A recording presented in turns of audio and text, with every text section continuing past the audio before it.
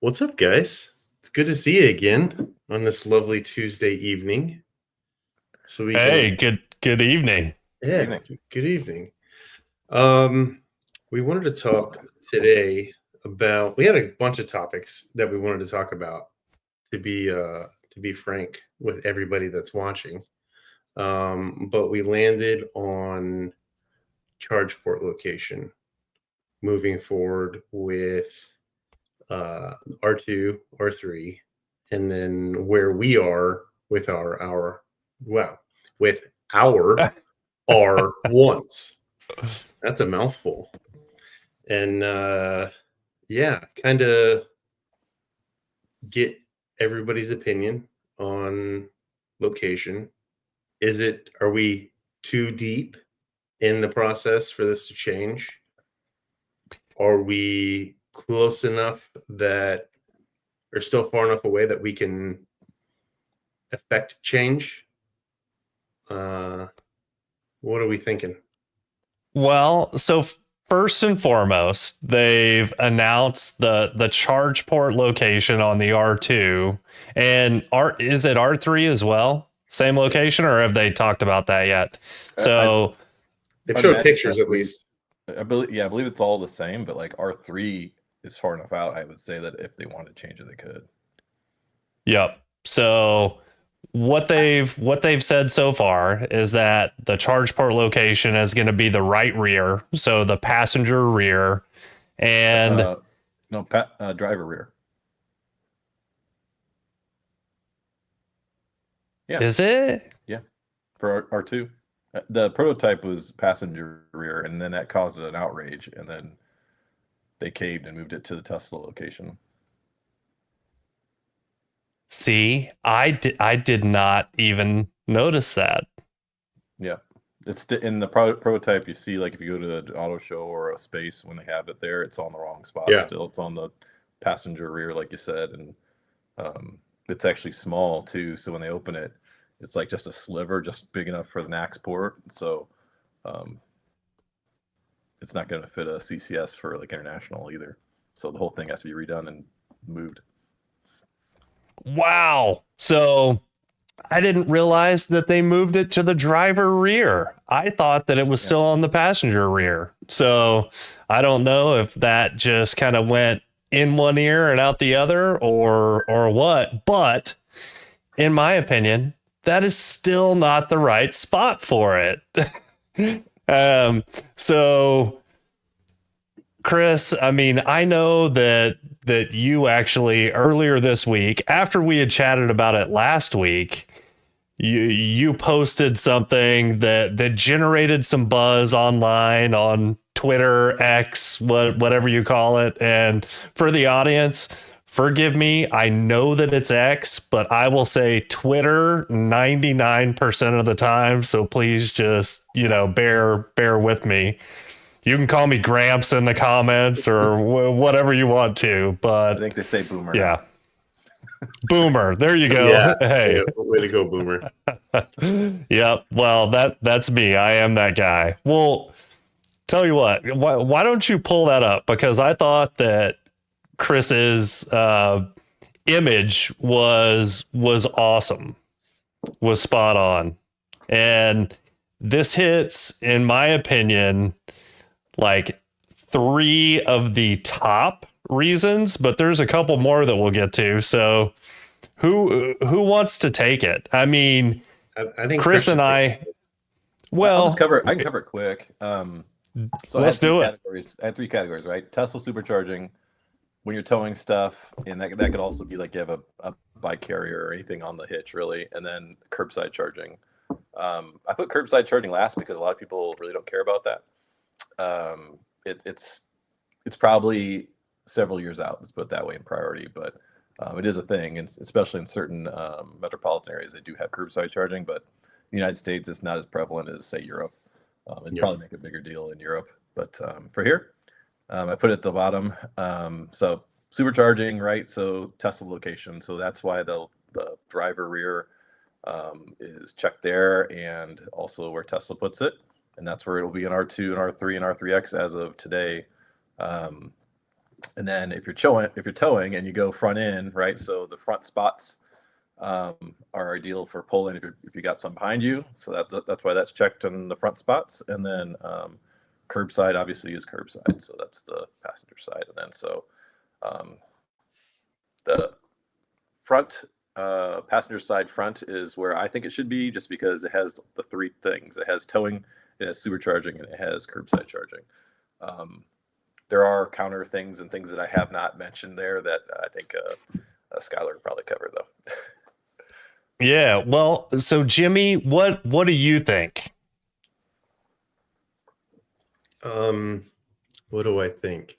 I think that's something that is going to be different for everybody. Unfortunately, you're not going to make you might be able to make the majority happy, but even then, I feel like the majority it's still going to be like a 51-49 split between what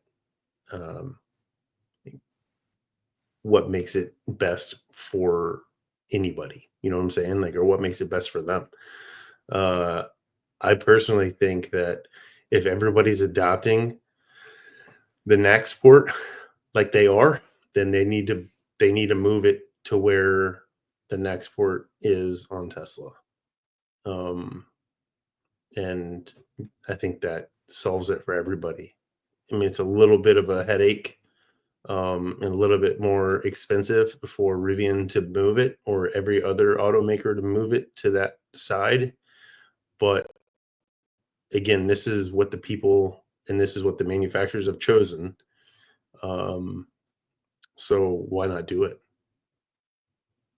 The other thing to mention too, let me jump into that question about that statement about the back supercharger spot. The reason it is there is because there's a whole article about it. You can read that later, but it's for Rivian at least. The reason it was going to be on the passenger side rear was because that's the shortest copper run to the pack and all that, and so the shortest spots were going to be either the rear sides, and so because all of the R1s are all-wheel drive, running to the front was no different. So yeah, that's why it's in the back. Yeah, so I actually have some strong feelings about justifications for why it should be on the front. So let me start there. I mean, towing, which you covered, absolutely. You actually mentioned one of the other things that I think is a big deal, and that's especially with trucks and with things in hitch carriers and whatnot. Those might or probably will, in a lot of cases, cover up your rear camera, right? And you're supposed to back in to fast charge to be able to reach the charging cable when you can't see with your backup cameras. That's an issue for me, but I feel like another one of the practical considerations is, let's say, I mean, most of us, or most early EV adopters, have garages. And if you're going to have more than one EV in the garage, most of the time, the charger is going to be at the front of the garage. Like, if you're going to share a charger, right? And you're in the same kind of situation. So people like to pull forward into their garages, and I think that the charging port should be at the front. I mean, and in my opinion, whether you're charging on the road or charging at home, I mean, that is a critical kind of ease of use and user experience item that you need to prioritize. So I don't care if it's an extra $100 of copper, but for something that is used every day, every week, you know, let's call it on a regular basis. Yep. That is worth it. And I feel like build it into the cost. I realize there's so many decisions and there's a ton of emphasis on keeping costs down, but for something that critical to user experience, do the right thing and do it from the get-go. Yeah. And I feel like they haven't started building R2s on the line yet. And I realize that there's a lot of planning that goes into everything, but this is something that they could address and that they could make better now. That's my thoughts. Want me to argue with you? I'm arguing against my own image. Well, so the popular comment I got was, what about 90% of your 90-something% of your charging is gonna be home charging? And so there are quite a few people that have electrified based on a Tesla or the Tesla location, right? So existing owners typically will have the charge port and the charging equipment, EVSE, on the driver's side, and that they don't want to walk around the vehicle and so forth. And so I'm even one of those people. My charger has always been on the driver's side, and so but I'm a nut, and I've got a ton of chargers. So like if they were to put it on the passenger side front, my EVSE could still reach it. I would just have to walk around. It might be a little bit awkward. There's also people that if you, let's say you they put it, to your point, at the front on the passenger side, on that where I've got the star. When you're installing your EVSE, you could install it on that wall, or garages have two walls in theory, right? So you could install it on the passenger side wall and or the driver's side wall, and that's how my garage is set up. So I can basically charge a vehicle any location, and you could also potentially, maybe you're one of the people who likes to back into their garage, you could do that as well to solve the port location being wrong. yeah, I mean, I just think the front of the garage is also the most logical place to put a charger. And I totally get, and that's not coming from a background with a Tesla, right? And because I understand their charge port location, and a lot of people installed chargers for their Tesla, and now maybe some of those are moving over to Rivian and they're dealing with a charger that's already installed. But I feel like the market and the customer base is much, much larger and have never owned a Tesla or, an EV before. And if you just think about, in my opinion, the best way to do it, let's say a single charger for a multiple EV household, front of the garage, charge port location at the front of vehicles, and that makes the most sense for, I feel like, the biggest amount of people moving forward. Yes and no, and I'll throw in my 2 cents. My power panel, I think a lot of people put their EVSE equipment depending on where their power panel is, because even right now still, wire is not cheap.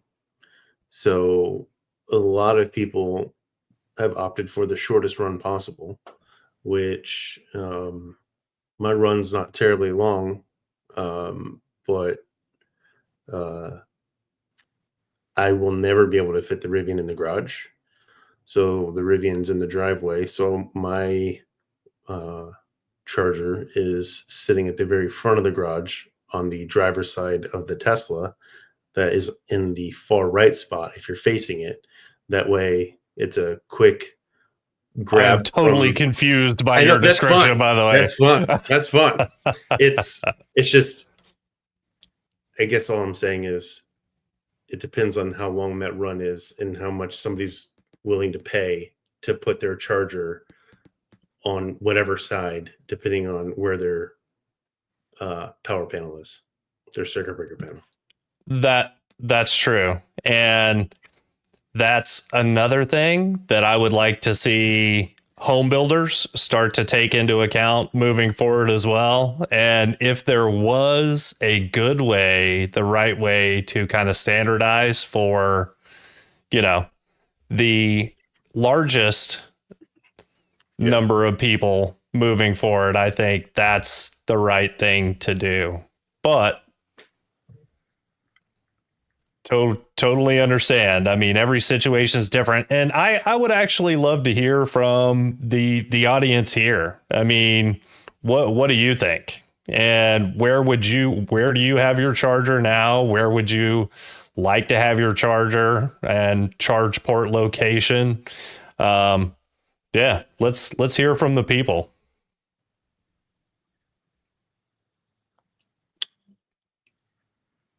It'll be interesting to see what feedback we get. I'd be curious because in the end, money's king. You know what I'm saying? Like I'm not gonna pay because that wire. I go back to the wire comment. That wire was not cheap. That was the most expensive part of the whole install. Like it was more expensive than my charger. Oh, wow. I mean, well, that's labor though. So no, I had a buddy do it. I mean, I did mine too. I did my own wiring for my charger, and I'm trying to think. I think the cable length was right at 50 feet, which is a pretty good distance because I didn't go up through the walls, through the roof. I went around kind of the perimeter of my garage to get the charger to the front of the garage. Yeah. And I mean, it was $150, $200 worth of wire. So I mean, not insignificant, but not crazy either. Yeah, I think we were at like 300 and it might have not been more expensive than the charger, but we're talking like $50 cheaper. I think it was like $330 for all the wiring required. Oh, geez, Louise, wiring required. I might be the only one that doesn't end up slurring at some point tonight because I am on the water tonight, guys. Unlike last week when you guys got me rolling and we spent over 2 hours on a unintentionally live stream. Yes. Heck yeah, that was amazing. That was a ton of fun. It was fun. One quick example that of why to do it run the long run. So when I got my first EVSE, I did what you guys were saying to put it. I did an 100 amp circuit to an 80 amp wall connector, Gen 2 connector. So that thing can lay down serious amps to my Tesla.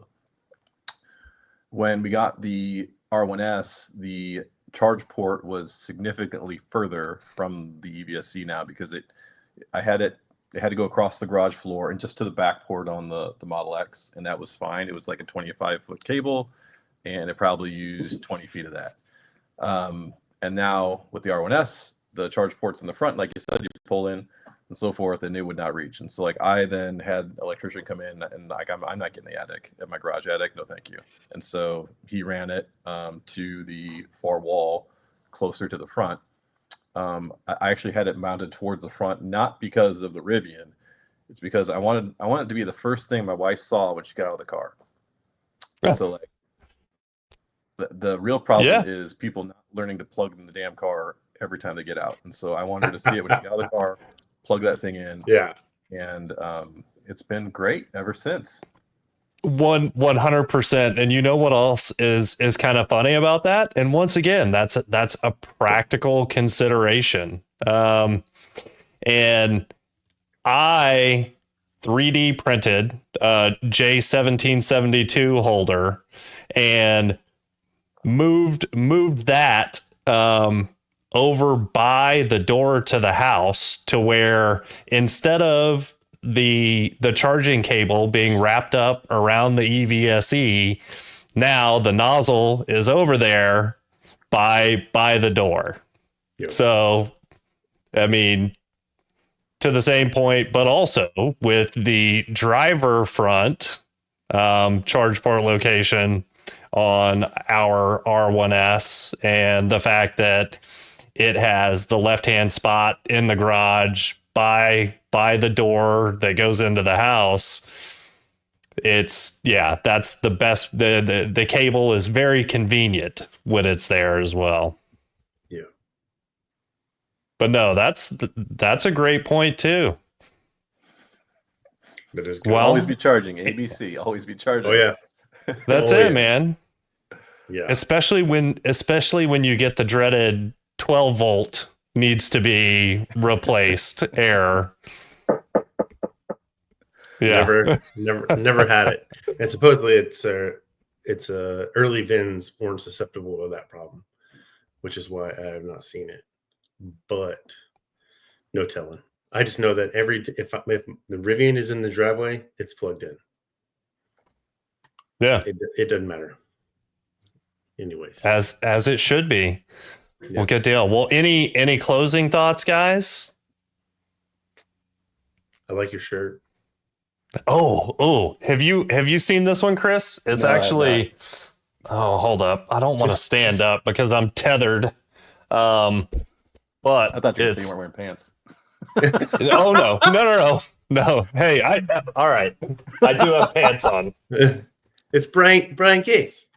Okay. It is Brian Gase. And because we were talking last week about the fact that Chris has been able to meet Brian Gase and I have not, but I do have his face on a t-shirt, which is pretty cool. So, matter of fact, let's close out with that because I am curious. I know that when Rivian was on a huge hiring spree, Brian Gase was hosting the Hello Rivian show internally for their new employees. I'm curious, is the Hello Rivian show still a thing? I know we have Rivian people that watch, so somebody put in the comments whether or come over to rivianstories.com and we could chat up there too. But somebody let me know if the Hello Rivian story or Hello Rivian show is still a thing. Love it. All right. Until next time. See ya. All right. Thanks, guys.